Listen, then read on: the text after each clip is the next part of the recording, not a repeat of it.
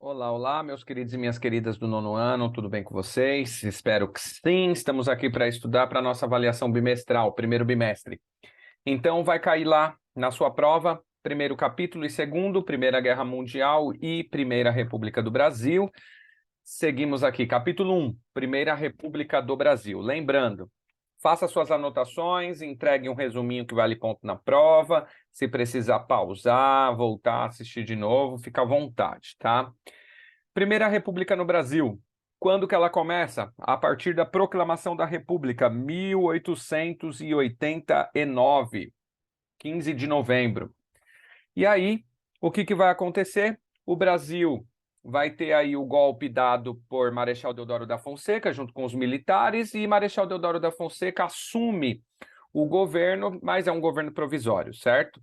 Em 1891 fica pronta a primeira Constituição do Brasil, que está aqui, e ela vai trazer alguns aspectos que a gente precisa aqui ponderar. Primeiro, é uma Constituição federalista. Isso significa que são vários estados que eles têm independência entre si para criar as leis, mas eles unidos formam um país-nação que, nesse caso, é o Brasil. Depois, a ideia do liberalismo, que a gente estudou no 8º ano aí, que surge dentro do iluminismo e que a gente tem essa ideia em que o Estado tem menos participação nas questões sociais. Também o presidencialismo. Então, aqui é importante a gente saber que é definido que haverá eleições para cargo de presidente. Quando a gente fala que haverá eleições, é importante a gente pensar, nossa, quem é que vai votar, né? Então, o voto aqui, ó, era restrito aos homens maiores de 21 anos e alfabetizados, lembrando que não poderia ser membro do exército ou de nenhuma ordem monástica, portanto, nenhum padre, bispo, né, não poderia participar da eleição. Como que era o processo eleitoral, então, no Brasil? O processo eleitoral era onde somente 2,2% da população, aproximadamente, acabava votando, né? Então, a gente vai ver aí que o voto feminino mesmo só vai ser autorizado, né, no Brasil a partir de 1932, certo? Começando aqui, então, vamos ver como que vai ser esses primeiros governos. Os dois primeiros presidentes do Brasil eleito vão ser, para presidente, Marechal Deodoro da Fonseca e para vice-presidente, Marechal Floriano Peixoto. Por isso que esse primeiro governo vai ficar conhecido como República da Espada, por conta que são militares governando. O governo de Deodoro da Fonseca, ele vai durar pouco tempo dentro do seu processo legal, porque a Marinha Brasileira vai fazer um movimento chamado Primeira Revolta da Armada, que começa em 23 de novembro aqui, ó, certo? A Marinha ameaça bombardear o Rio de Janeiro caso o presidente não renuncie e Marechal Deodoro da Fonseca acaba renunciando. Ainda assim, a Constituição dizia que quando o presidente não pode governar, quem governa é o seu vice. O seu vice era Floriano Peixoto, de acordo com a Constituição de 91, é ele que assume a presidência da República. E aí, em setembro de 1893, os marinheiros fazem a mesma coisa. Inicia, então, a Segunda Revolta da Armada, ameaçando o quê? Bombardear o Rio de Janeiro e o Niterói. Por que Rio de Janeiro? Porque o Rio de Janeiro era a capital do Brasil naquele período. E aí, Marechal Floriano Peixoto reprime fortemente o movimento, sufocando esse movimento, e aí sim ele consegue vencer e a Marinha retira os ataques. Porém, ainda assim, em 1893, ele passa pela a Revolução Federalista, que vai até o final do seu mandato, certo? Aqui no próximo tema, nós temos o que é oligarquia. Conversamos em aula, oligarquia, governo de poucos ou governo para poucos, beleza? Então, governo de poucos, quando só as mesmas pessoas governam ou o mesmo partido político. Governo para poucos, quando não importa quem governa, mas governa para um grupo exclusivo, sempre o mesmo grupo que é beneficiado pelos governos, certo? Como que funcionavam as eleições no Brasil, então? Voto de cabresto. O que é o cabresto? É aquilo que se coloca assim no cavalo, para que ele olhe somente numa direção. Como que era esse voto de cabresto no Brasil? O Brasil não tinha prefeitos de cidades, então a gente tem governo federal, governo estadual, e nas regiões, nas micro-regiões onde hoje a gente chama de cidade, existiam os coronéis. Quem eram os coronéis? Não eram militares. Eles eram donos de grandes fazendas, grandes extensões de terra, e eles exerciam o poder político nessas regiões em que eles estavam instalados. Dessa forma, o governo federal repassava a verba para o estadual fortalecia esses coronéis, os coronéis exigia daquelas pessoas daquela região votarem determinados candidatos. Dessa forma também a gente já está falando da política dos governadores e desse clientelismo que se forma aí, tá? Então aqui a política dos governadores, que é a troca de favores entre os estados. E aí, dentro de todo esse processo, se forma a política do café com leite, política entre São Paulo e Minas Gerais, alternando o poder federal no Brasil. Por que São Paulo e Minas Gerais? Porque era aqui que girava a riqueza. O Brasil era sustentado economicamente pelo café, e o café está plantado nessa região. Então, quem tem mais dinheiro consegue comprar mais votos e assim sucessivamente iam se elegendo, tá? E aí eu já entrei aqui no próximo assunto, que é sobre a economia e sociedade na Primeira República. A economia basicamente vai ser girada a partir do café, né? Ao final da década de 20, aqui no último parágrafo, cerca de 75% do café consumido mundialmente era fornecido pelo Brasil. Só para vocês terem noção de como o café, aqui ó, no parágrafo anterior, era o principal produto de produção e exportação brasileiro, por isso o Sudeste aqui, que produzia muito, São Paulo, Minas Gerais, era que mantinha o poder político. Em 1907, a gente teve um problema, uma crise, em que os cafeicultores produziram muito café e esse café não foi vendido. E aí tem um problema porque o café tem uma vida útil muito curta, né? Ele pode apodrecer. E aí o governo brasileiro, para não baixar o preço do café, fazer promoção e tudo mais, com medo de que perdesse o valor, o governo brasileiro faz o Convênio de Taubaté. O que significa isso? O governo brasileiro compra o excedente de café e queima o excedente de café para o café manter-se no seu preço para ser vendido mundialmente, né? Então a gente tem uma charge aí, que é o presidente paulista, Rodrigues Alves, assinando o Convênio de Taubaté em cima das sacas de café ali que ele comprou, tá bom? Além do café, a gente tem a borracha e o cacau, então a região amazônica também vai ser importante aí para essa questão da economia. Mas lembrando, o café é o que vai levar o processo. Industrialização. O Brasil vai ser industrializado muito tarde. Na verdade, a gente ainda está passando pelo processo de industrialização, mas essa industrialização ela vai estar relacionada mais à distribuição, por causa das ferrovias, da telefonia, da iluminação. E lembrando que o Brasil está saindo de um processo de escravidão. Então, o Brasil, aqui no começo da República, vai ser mais ou menos como a gente estudou o ano passado na Revolução Industrial. Ainda sem leis trabalhistas, então, olha, horas excessivas. Aqui na imagem a gente tem fotografia de crianças trabalhando em fábrica em São Paulo, por exemplo. E aí, lógico, como aconteceu na Europa, aqui no Brasil também vão haver alguns movimentos operários e greves e revoltas, mas antes disso, 1914 estoura a Primeira Guerra Mundial, o Brasil é obrigado a se industrializar um pouquinho mais, né? Porque como a Europa para e produz só para a guerra, o Brasil ele vira meio que um produtor de coisas para conseguir enviar para a guerra também. Então, produtor de coisas de bem de consumo, ferro de passar e essas coisas, geladeiras, enfim, começa a se produzir. E aí o que eu disse para vocês aqui, ó, jornadas de trabalho a 12 horas, crianças, mulheres, doenças e ambiente insalubre e tudo mais.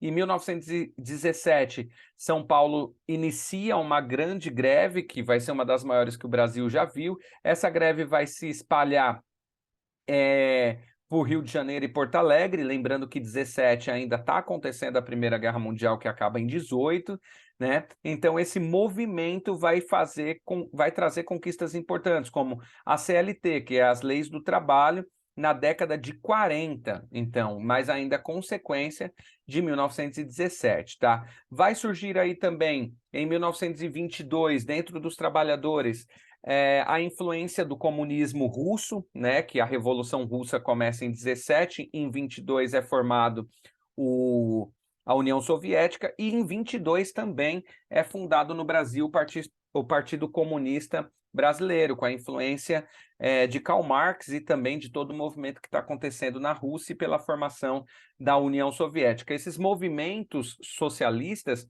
eles estão ao lado dos trabalhadores, então vai fortalecer o surgimento de legislações e de sindicatos e assim por diante. O presidente à época era Washington Luiz, ali no final da década de 20, tá? Vinda dos imigrantes para cá. Quando o Brasil se torna uma república, o Brasil entra com um processo de embranquecimento da sociedade. Portanto, o negro ele servia para ser escravizado. Quando acaba a escravidão, a proposta da elite brasileira era que esse negro sumisse da sociedade brasileira. Então, a ideia era embranquecer a sociedade. Como que o governo brasileiro decidiu fazer isso? Deixando os negros viverem à margem da sociedade e trazendo imigrantes para trabalhar em seus lugares, né? Então, esse é o processo de eugenia, tipo, é uma limpeza da sociedade, limpeza muito entre aspas, tá? Então, aí a gente tem esse processo dos imigrantes chegando. É aí que a gente começa, né? Japonês e tudo mais, até porque os italianos e tudo mais, essa questão europeia, durante a guerra já começam a querer sair de seus países. Mobilizações e revoltas durante a Primeira República. A gente vai compreender a Primeira República como um período do início da República, 1889, até o governo de Getúlio Vargas, 1930. Então, esse todo o processo que a gente vai reconhecer como Primeira República. A gente vai falar aqui de algumas, e eu disse para vocês que o que é importante a gente saber aqui, por que elas aconteceram, o que elas queriam e como que isso é o desfecho. Canudos, Guerra de Canudos. Canudos e contestado são revoltas ou mobilizações que a gente vai chamar aqui de messiânicas. Existe uma figura religiosa que vai levar esse movimento adiante. Canudos é uma coisa muito simples, ali ainda no Império Brasileiro, 1877, um cara chamado Antônio Conselheiro sai do Ceará, ele era muito religioso, sai pregando pela região e ele vai até a Bahia, leva um monte de seguidores. Chegando ali no interior da Bahia, ele monta uma vila que vai se chamar Arraial Canudos, e ele começa a viver ali. Ele coloca algumas leis, que são 3, sem bebida alcoólica, sem jogo de azar e sem prostituição, porque ele entendia que isso era causador de conflito, e aí todo mundo que chegava era bem-vindo, não precisava pagar imposto para o governo e nem para ele, só que todo mundo tinha que trabalhar e compartilhar tudo que produzia. E dessa forma eles viveram de forma autônoma ali. Isso vai incomodar primeiro a Igreja Católica, porque as pessoas deixavam de ir para a igreja para seguir Antônio Conselheiro. Isso vai incomodar, segundo, os coronéis, porque as pessoas passavam a não obedecer os coronéis, fugir das vilas para poder ir para Canudos. E aí esses dois grupos não satisfeitos vão incomodar o governo, que precisa tomar uma decisão. E o que o governo precisa fazer? Acabar com Canudos. Logicamente que o governo brasileiro não podia chegar lá matando geral, já é uma república, não somos mais império nem colônia. Então, o que o governo brasileiro faz? Inventa uma mentira, faz todo mundo acreditar, e aí o povo brasileiro aceita o massacre de Canudos. Que mentira é essa? A mentira era que era um reduto monarquista, que Antônio Conselheiro queria reunir pessoas para acabar com a república e voltar à monarquia. Dessa forma, o governo brasileiro conseguiu matar cerca de 30 mil pessoas, incluindo o Antônio Conselheiro. Guerra do Contestado. O governo brasileiro querendo modernizar o país, contrata uma empresa chamada Brasil Highway Company para construir uma ferrovia no Brasil. E aí, ali entre Paraná e Santa Catarina, ele dá uma terra para essa galera e fala: pode construir aqui, querendo ligar vários estados, São Paulo a Rio Grande do Sul, por exemplo. E aí, só que tem um problema: nessa região onde passaria a linha de trem, tem ali um povo vivendo. Então vai começar uma disputa do governo para tirar esse povo dali, que tinha o direito de estar ali, vivendo há gerações, e também entre os dois estados para ver aonde que ficava essa rodovia. Como eu disse para vocês, o contestado também tem um cunho messiânico, tipo de um salvador, por causa de um cara chamado José Maria, que era bem religioso e liderava esse grupo de pessoas para se manter firme lutando contra o governo brasileiro. Dizimaram a comunidade tal, né, de seguidores de José Maria, matando milhares de pessoas na região, e isso em 1916. Cangaço, que eu acho que é um dos mais comentados e mais conhecidos. Quando a gente fala de cangaço, a gente vai falar da situação que o nordestino vivia. Então, o cangaço não vai ter um estado, a gente vai falar de uma região, que é o Nordeste. Não existiam políticas públicas para o Nordeste, as pessoas simplesmente morriam de fome. E aí um grupo de pessoas começou a fazer justiça com as próprias mãos. Invadiam a terra dos nobres, saqueavam e distribuíam para a galera. Logicamente que dentro dessa invasão e saque havia uma violência extrema, muitas vezes violência, estupro com as mulheres. E então esse grupo ele é meio ambíguo, a visão que a galera tem deles. Então tem uma galera que via a parte que eles salvavam muita gente com a alimentação, então tipo os Robin Hood do sertão, e a outra parte é a violência, então eram bandidos e mocinhos ali ao mesmo tempo, tá? O cangaço ele vai se estender até a década de 1940, e algumas figuras mais conhecidas, e com certeza a mais conhecida, é Lampião, Virgulino Ferreira da Silva e sua esposa Maria Bonita, que não tem imagem dela aqui, tem a imagem do Lampião aí, certo? Como que foi o final? Os cangaceiros foram todos caçados, até cabeças expostas em museu em Minas Gerais por alguns anos, acho que cerca de 20 anos, se eu não me engano. Revolta da Vacina, Rio de Janeiro, início ali do século XX.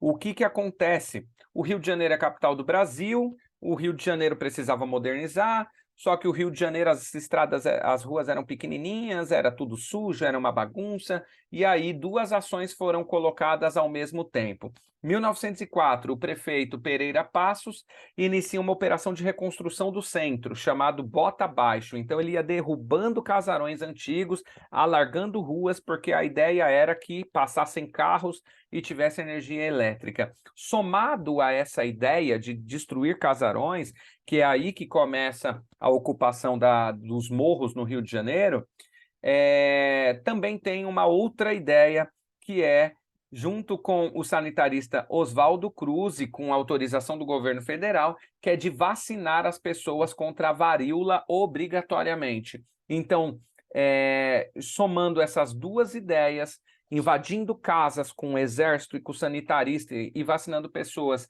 à força, explode a revolta da vacina, e em 4 dias, do dia 11 de novembro ao dia 14 de novembro, a cidade vira um caos e o governo federal cancela a lei obrigatória da vacina, e aí a gente tem aí a revolta mais sossegada, tá certo? Revolta da Chibata. Aqui a gente vai falar da Marinha Brasileira, que ainda em 1910 os marinheiros, em sua grande parte negros, sofriam ainda castigos físicos como chibatada.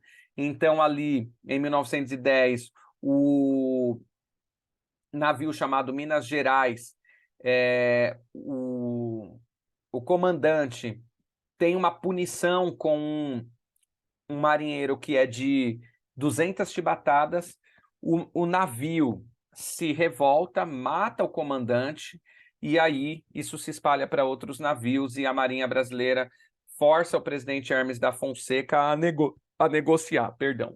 E qual é a negociação? Acabar com os castigos, melhorar salários e tudo mais. O presidente, logicamente, falou que aceitaria, mas quando os marinheiros se entregam, ele prende mais de 100, expulsa alguns deles, traindo o acordo que assinou com esse povo. Tenentismo. Tenente é um cargo de baixa patente do Exército Brasileiro, tá? O tenente, esse movimento tenentista começa ali na década de 1920, na hora que está chegando aqui as ideias do socialismo soviético e tudo mais, então há uma influência dessas ideias aqui, e esse grupo começa a observar que a política brasileira não está funcionando da forma que deveria existir. Então existe lá a oligarquia, e não é assim que uma república deveria funcionar, de acordo com o pensamento dos tenentes.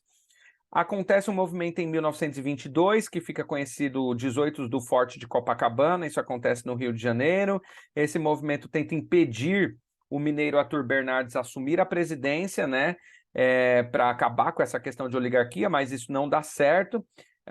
O grupo efetua alguns tiros de canhões em alguns lugares da cidade, o exército, com apoio da Marinha, vai frear esse movimento. 2 anos depois, em São Paulo, também no 9 de julho, em 1924, esse movimento explode aqui na rua 9 de julho, onde hoje tem esse nome, por causa desse movimento, e de novo o presidente Arthur Bernardes era exigido a deixar o poder. Na ocasião era para ele não assumir, e aqui em São Paulo era para ele sair do governo, né? Inclusive lançando bombas na cidade de São Paulo.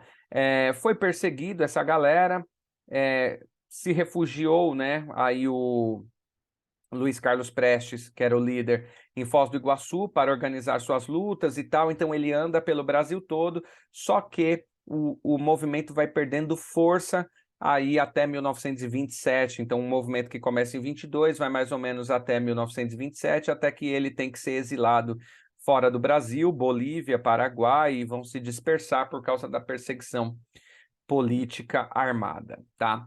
Cultura durante a Primeira República, eu só preciso citar para vocês aqui que de 13 a 17 de fevereiro de 22 aconteceu como que é o nome? Semana de Arte Moderna, São Paulo, que é nesse período, ou é esse evento que vai apresentar artistas do Brasil, brasileiros fazendo arte, tá? Então é esse movimento que vai ficar conhecido aqui. E dessa forma, a gente encerra o primeiro capítulo. Vamos para a guerra. Fiquem atentos no que eu estou dizendo, hein? Primeira Guerra Mundial, capítulo 2. Primeiro começa com antecedentes. O que está acontecendo? O imperialismo. Os países europeus disputando, porque o capitalismo já está explodido, e agora a ideia é quem quer ser milionário? Brincadeira. Quem vai ser mais rico? Qual é a maior economia mundial? Inglaterra começa a Revolução Industrial e parte na frente, a Alemanha se industrializa muito rápido e agora é a maior potência, França entende o recado e também se movimenta, e aí o que acontece? Eles começam a disputar. Esse campo de disputa ainda está no campo de disputa econômico, porém os países começam a observar que isso pode dar ruim, então eles começam a fazer alianças. Então a gente tem aqui um momento chamado política de alianças. Nessa política de alianças, cadê? Nessa política de alianças, eles começam a formar ali, de um lado, Alemanha, Áustria, Hungria e Itália, do outro lado, a gente tem Rússia, França e Inglaterra ou Grã-Bretanha. Você que decide aí como que você quer chamar isso. E o que vai acontecer vai ser bem nessa regiãozinha aqui da Sérvia, quando já existe a política de alianças, a Sérvia tem uma ideia de Grande Sérvia, ela é protegida pela Rússia, e o imperador da Áustria-Hungria, ele acredita que ele é dono da Sérvia. Então ele vai até Sarajevo, num dia importante ali, aniversário da cidade, e um grupo nacionalista assassina o arquiduque Franz Ferdinand e sua esposa Sofia. é aí que é o estopim da guerra, né? A morte de Francisco Ferdinando é colocado como início da guerra. Por quê? Dispara a política de alianças.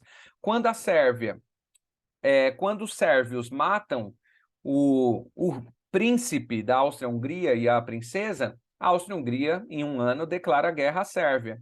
Quando ela declara guerra à Sérvia, a Rússia, que protege a Sérvia, entra na guerra. E aí dispara a política de alianças, todos os grupos começam a entrar. Então, aqui, ó, de um lado tem a Tríplice Aliança, Alemanha, Áustria-Hungria e Itália, coloquei na lousa, e do outro lado a Tríplice Entente, Reino Unido, França e Rússia, você também, e aqui está a Sérvia, né, de verdinha, que é a aliada do russo, é onde vai começar a guerra. Até não iniciar a guerra, eles estavam vivendo um período chamado de paz armada. Todo mundo se armando, fazendo aliança, mas não existia guerra. Por isso, período de paz armada. Então vamos lá, guerra começou. A guerra vai ter 3 fases. Primeiro, guerra de movimentos. 28 de julho de 1914, declaração de guerra meio que geral. A gente tem aí, então, os exércitos se posicionando. Essa é a guerra de movimentos. Quando a gente sai da guerra de movimentos, que está aqui, ó, o deslocamento vai acontecer principalmente dentro da França, a Alemanha se posicionando. Quando a gente sai da guerra de movimento, a gente vai para a guerra de trincheiras. Olha, aqui já é o começo do que vai ser a trincheira, mas a trincheira, de fato, ela é essa aqui, ó, esse buracão aqui na segunda imagem. A guerra de trincheira, ela vai ser a maior fase da guerra, quase todo o período de guerra. E é terrível, assim, terrível porque esses caras viviam dentro desses buracos cavados no chão, desses corredores cavados no chão, 24 horas por dia, escutando tiro, escutando bomba, homens morrendo do seu lado, ratos, doenças, em épocas de chuva, a água, tipo, alagava tudo, eles andavam aí dentro com água na cintura e não tinha para onde sair, certo? Então, muitas doenças psicológicas e físicas começam a abalar esses soldados, porém, essa é a maior fase da guerra. Em 1917, vai acontecer alguns eventos que vai mudar o rumo da guerra. Não somente a tecnologia de guerra vai avançando, como a gente viu, aviões se preparando, tanques de guerra, bombas de efeito moral, isso é toda a tecnologia que vai avançando, telefonia, né? Mas também, 1917, a Rússia sai da guerra. Por que a Rússia sai da guerra? Porque ela passa pela Revolução Soviética.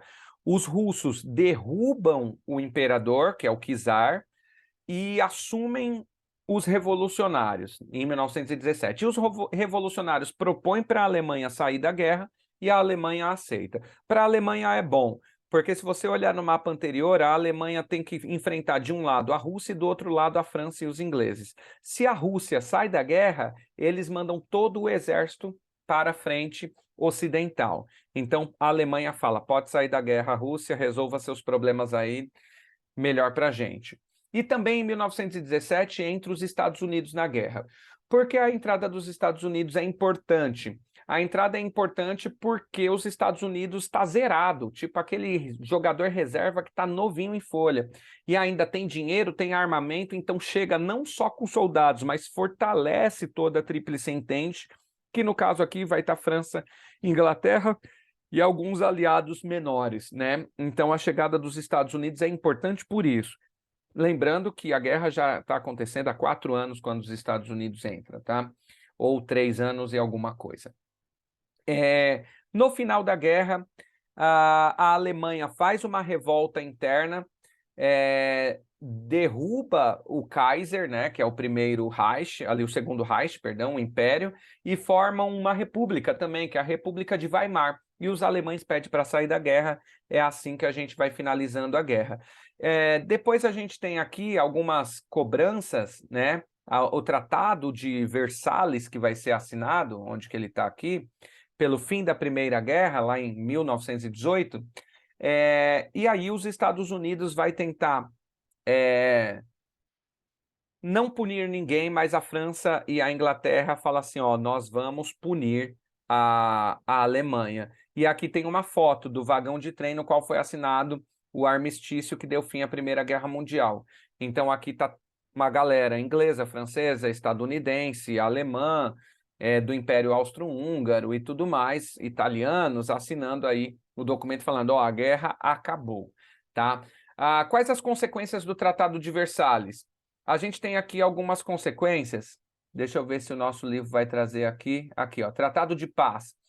O presidente dos Estados Unidos vai tentar trazer 14 pontos, só que não vai dar certo.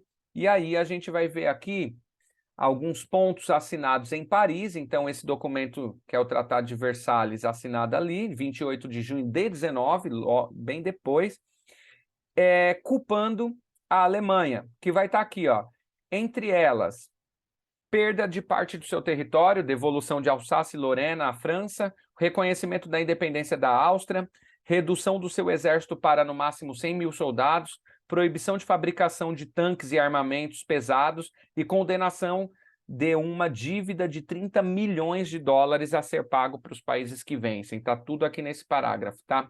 Qual é a consequência disso dentro da Alemanha?